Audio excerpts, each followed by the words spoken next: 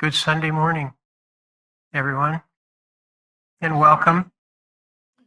My name is David. I'll be doing the service today. The topic today is navigating tests and challenges.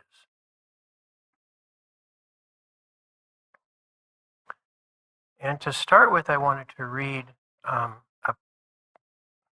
paragraph out of one of Paramahansa Yogananda's books, Man's Eternal Quest. And Yogananda was a man from India who came to this country, America, in 1920 and brought the teaching of Kriya Yoga meditation and so much more to the West. And he spent the rest of his life here. And the man who started Sunburst, the founder of Sunburst, his name's Norm Paulson, and he was a direct disciple of Paramahansa Yogananda. He spent some time with him when he was a young man, so he had the real privilege and honor of getting to know Yogananda and being taught by him. So this is from Yogananda. Whatever comes in life, just take it joyfully, impersonally, as you would a motion picture. Life is entertaining when we do not take it too seriously. A good laugh is an excellent remedy for human ills. One of the best characteristics of the American people is their ability to laugh. To be able to laugh at life is marvelous. This, my master, Swami Sri Yukteswar, taught me. In the beginning of my training in his hermitage, I went about with a solemn face, never smiling. One day, Master pointedly remarked, "What is this? Are you attending a funeral ceremony? Don't you know that finding God is the funeral of all sorrows? Then why so glum? Don't take this life too seriously." He taught me that one must be mentally above every crucifixion of earthly experience in order to find complete happiness in God.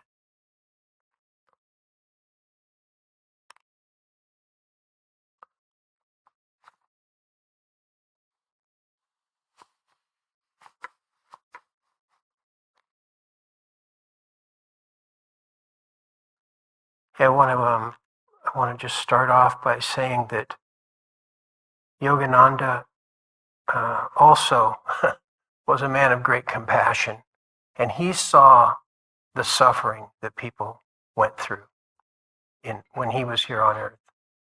In fact, he says that he used to argue with God and say, why do people have to suffer so much? And he really, really cared about people. So it wasn't like he was saying, oh, just laugh it all off. It's okay. But keeping a positive, joyful attitude in and of itself is a spiritual practice and can be applied in everyday life. And when we think about this world that we're in, it can get kind of scary sometimes.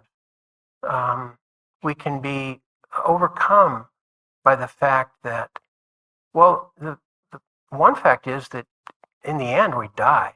So, that we know that's coming, and if we don't really know, or if we don't really have a good sense of where we're going after we die, well, then that can feel very, very fearful. Or we also know that we get pain if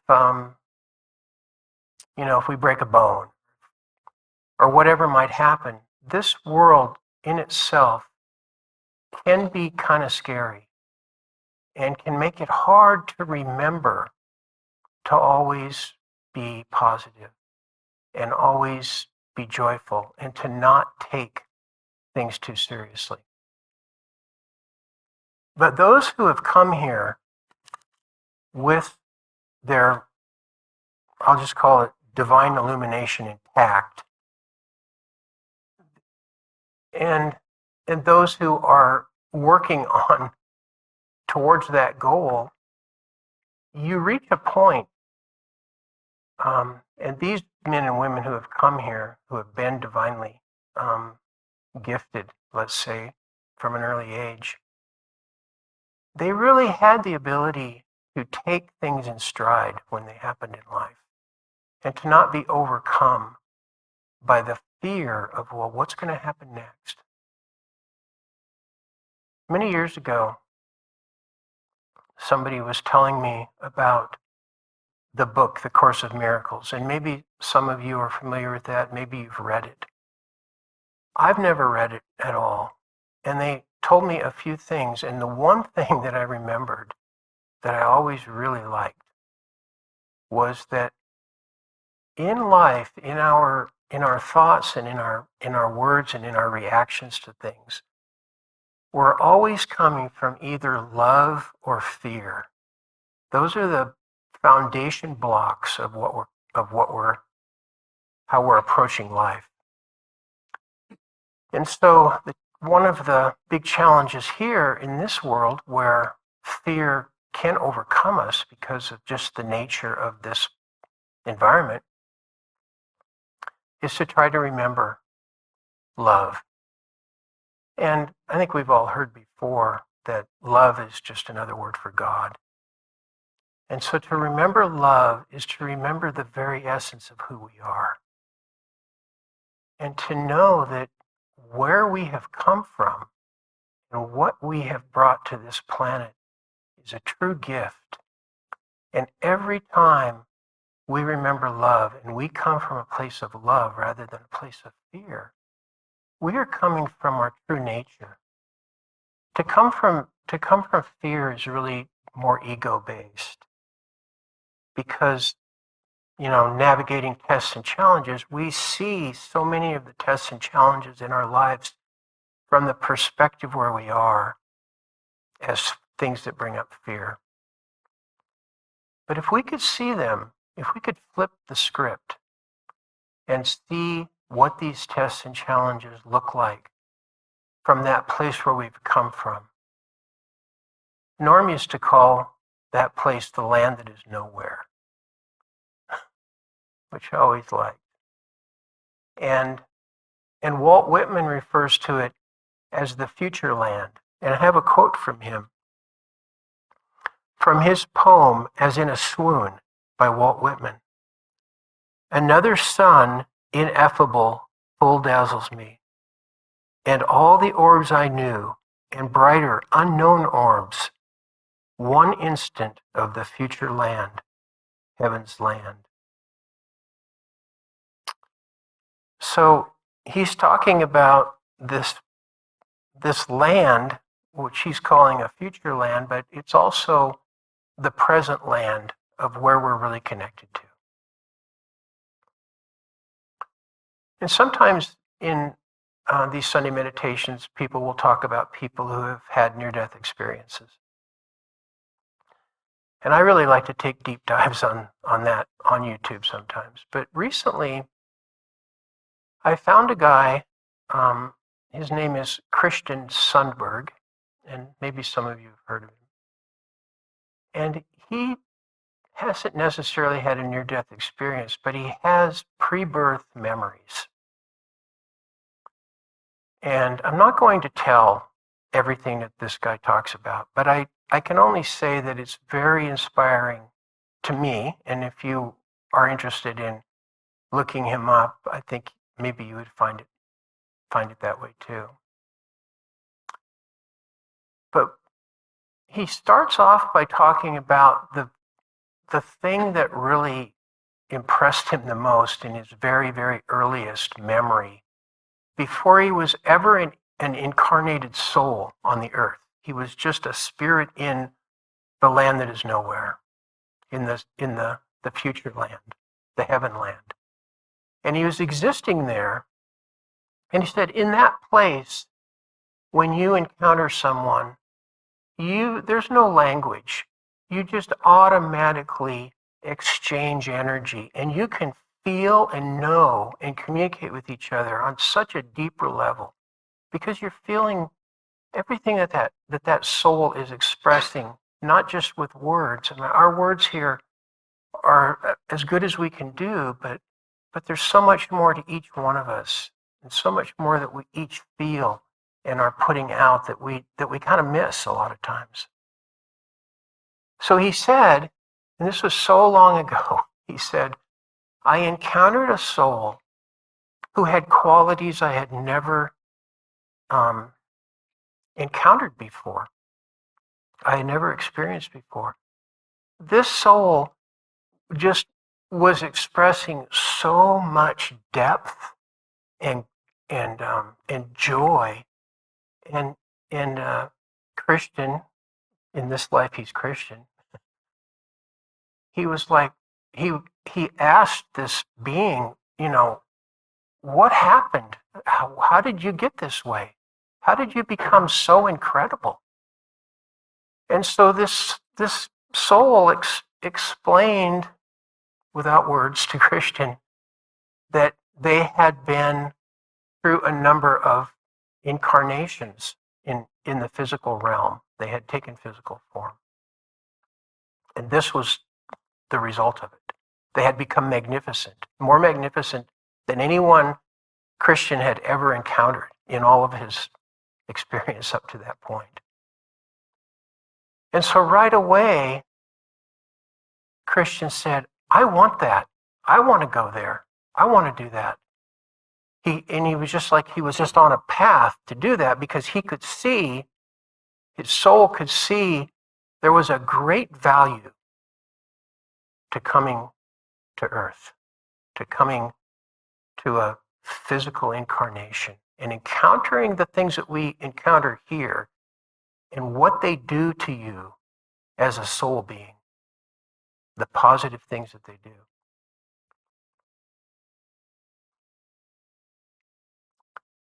And so this being kind of, I think, maybe chuckled a little bit and said, that's what they all say. But you have to know it's harder than you might imagine.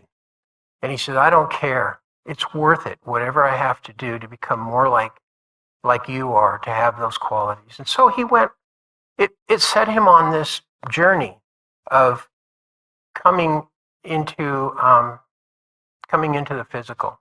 And he talks at quite length about it. And like I said, I'm not going to go into it too much. But it's a perspective of, we are here in this world and we're running up against all of these hardships all of the time. But those hardships are the very thing that shape us and expand our ability to be more magnificent than we already are as individual souls. And that song we were singing earlier about faith, stay strong, keep your faith alive, I was thinking, faith, I always had this idea, well, faith is to believe in something maybe that you might one day want to experience, but we have experienced this land, this consciousness. We could call it a heavenly consciousness where we come from. We have experienced it. And the beauty of our human existence is that we have the opportunity to bring that energy into this life, to literally find ways of expressing divinity more and more and more as we go along in this life.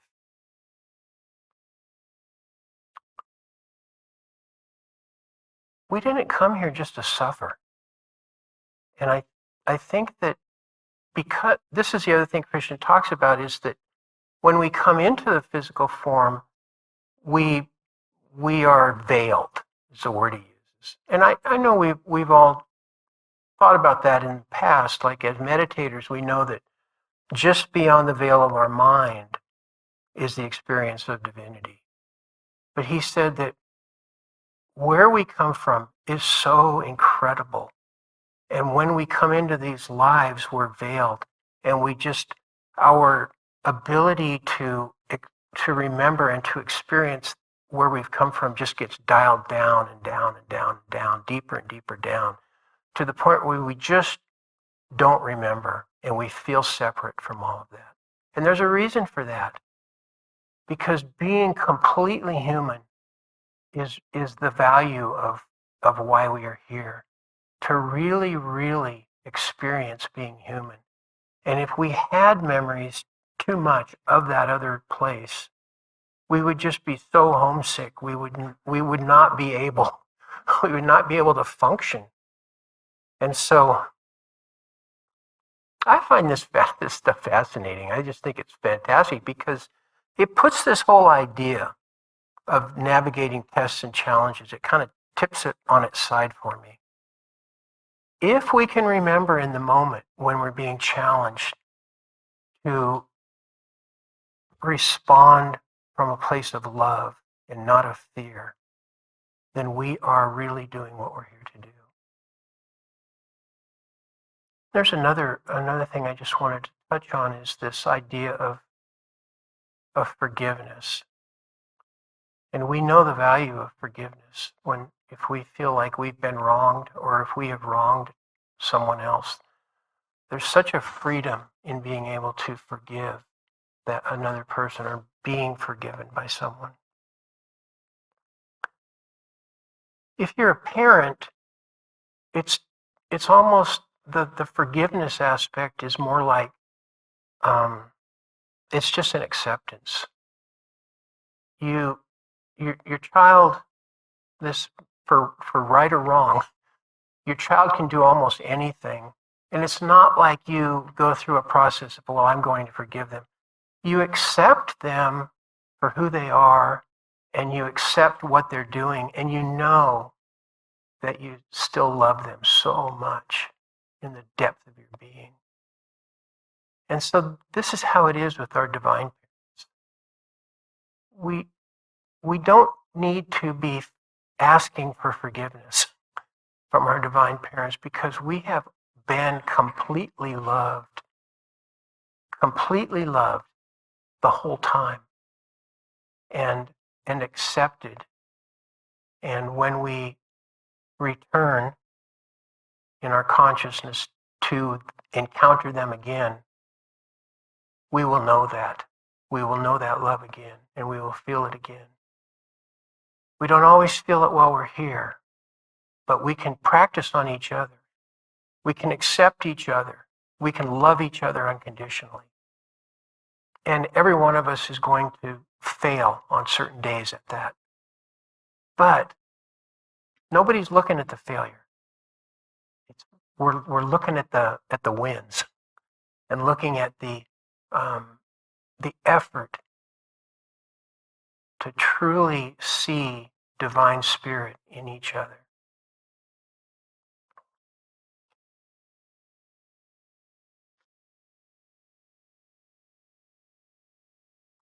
I wanted to tell a little story that I told one other time here.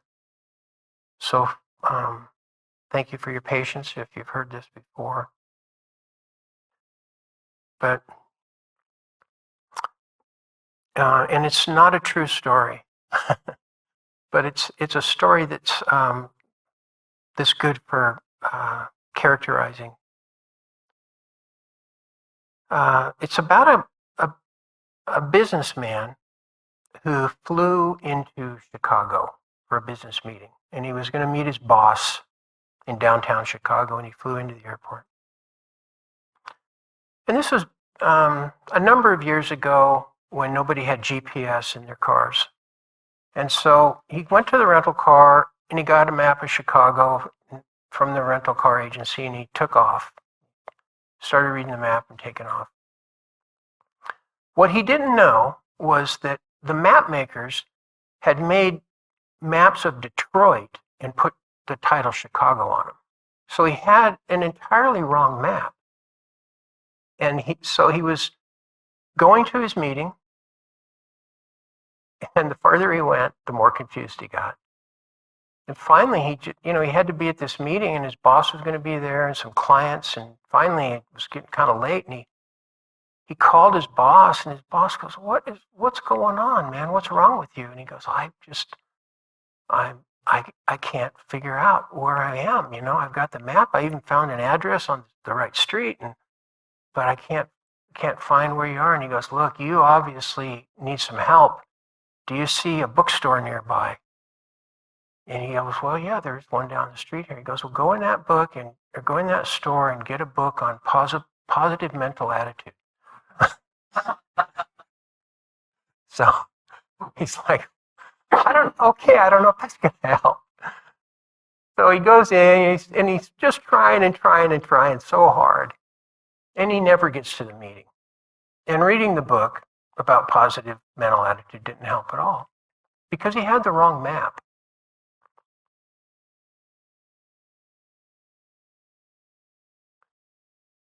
So, in life,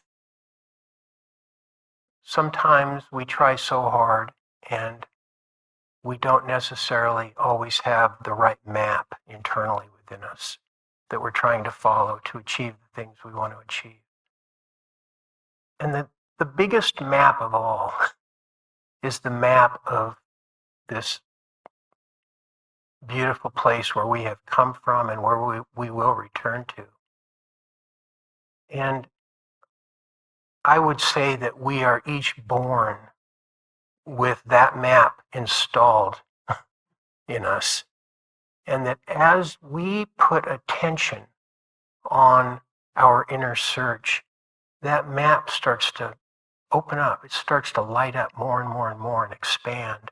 And we're able to figure out how to navigate through the challenges of this world from that higher place. We start to do things in this world that are reflective of the consciousness from that world.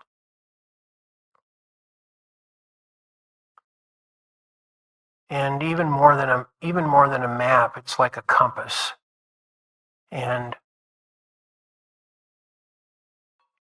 if our internal compass is always pointing true north to the divine spirit, to the internal sun, then we're going to find our way through this life in a positive way and have a good outcome. And I wanted to read a quote or a passage from Norm Paulson, which I think really wraps that up. And then after I read that, April will play the bowls and we'll go into quiet meditation.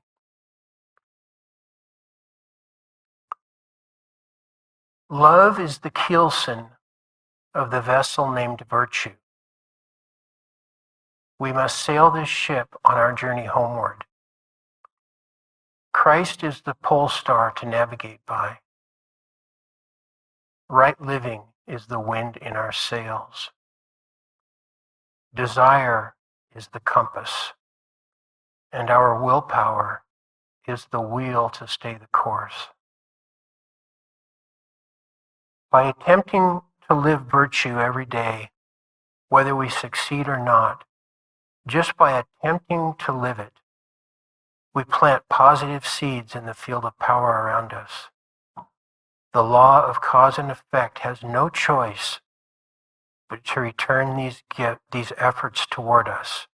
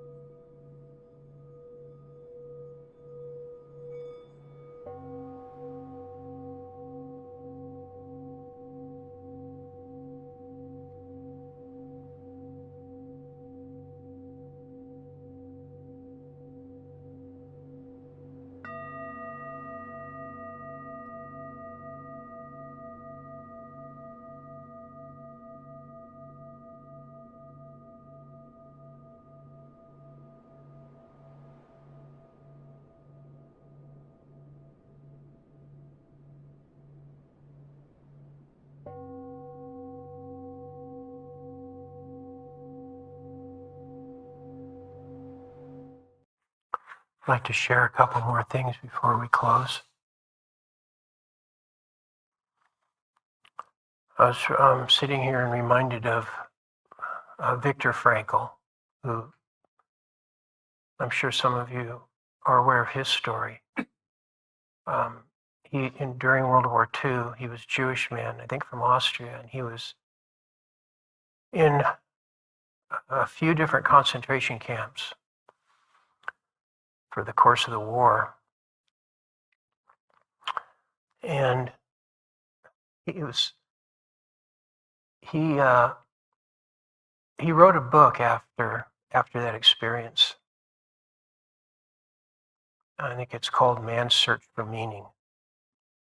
And in that book, he talks about a lot, but the thing that was really impressed me was he talks about how when he was in that environment, that all of his earthly freedoms had been taken away, or his earthly liberties had been taken away.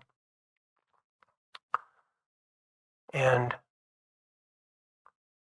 they were, even when they were doing kind of unthinkable experiments on his body, he realized that they could take all of these earthly things away from him, but they could not take away what I think he called the final freedom, which is the sense of who he really is inside and his ability to choose how he was going to respond to the things that were being done to him.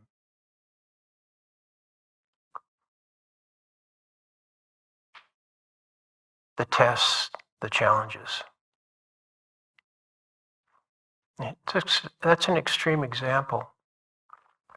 But out of that came the very popular term that I'm sure many of you have heard before, which is just that our only true power in life lies in that space between stimulus and response.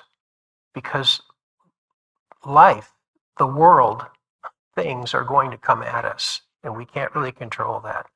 But how we respond to them, we can control that. And we can choose to come from a place of love or a place of fear. In Viktor Frankl's situation, he had every right to be coming from a place of fear, but he found something deeper than fear within him. And so the thing is, this idea is, can we stretch out that space between stimulus and response? Can we take a breath or 5 breaths or 10 breaths before we choose to respond, so that we give ourselves the very best possible outcome of how we're going to respond, and those around us? Because obviously we impact one another by how we respond to one another. So that's like really, for me, that's really good practical self-advice. Don't be so reactive. Take a breath. Find words that reflect who you really are underneath the personality and all the habits, who you really are under all that. And help bring a better outcome to whatever the situation might be.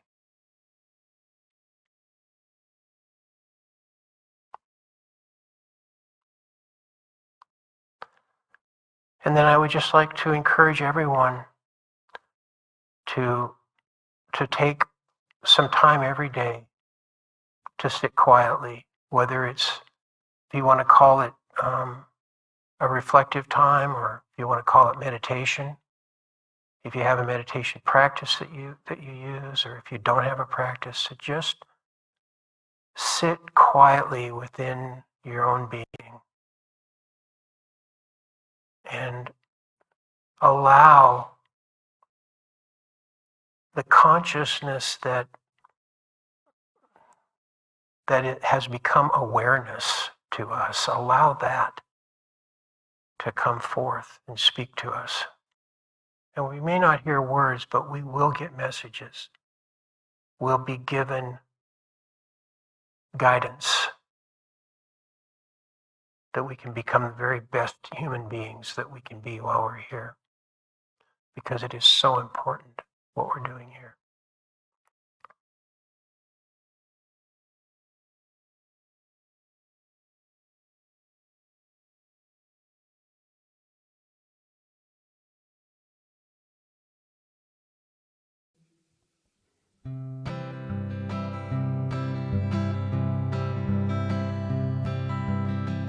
Deep down inside I've got that everlasting love. It's shining like the sun. It radiates on everyone. And the more that I give, the more I've got to give. It's the way that I live. It's all I'm living for. Deep down inside I've got that everlasting love. It's shining like the sun. It radiates on everyone. And the more that I give, the more I've got to give. It's the way that I live. It's all I'm living for. Deep down inside I've got that everlasting love. It's shining like the sun. It radiates on everyone. And the more that I give, the more I've got to give. It's the way that I live. It's all I'm living for.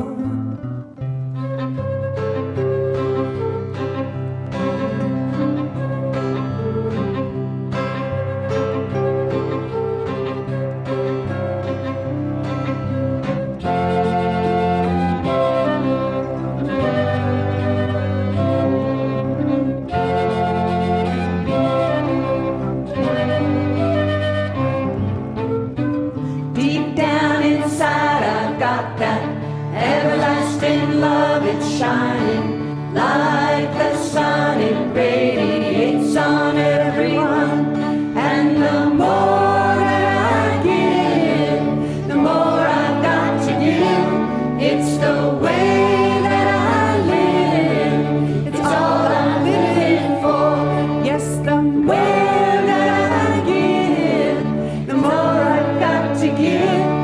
It's the way that I live. It's all I'm living for.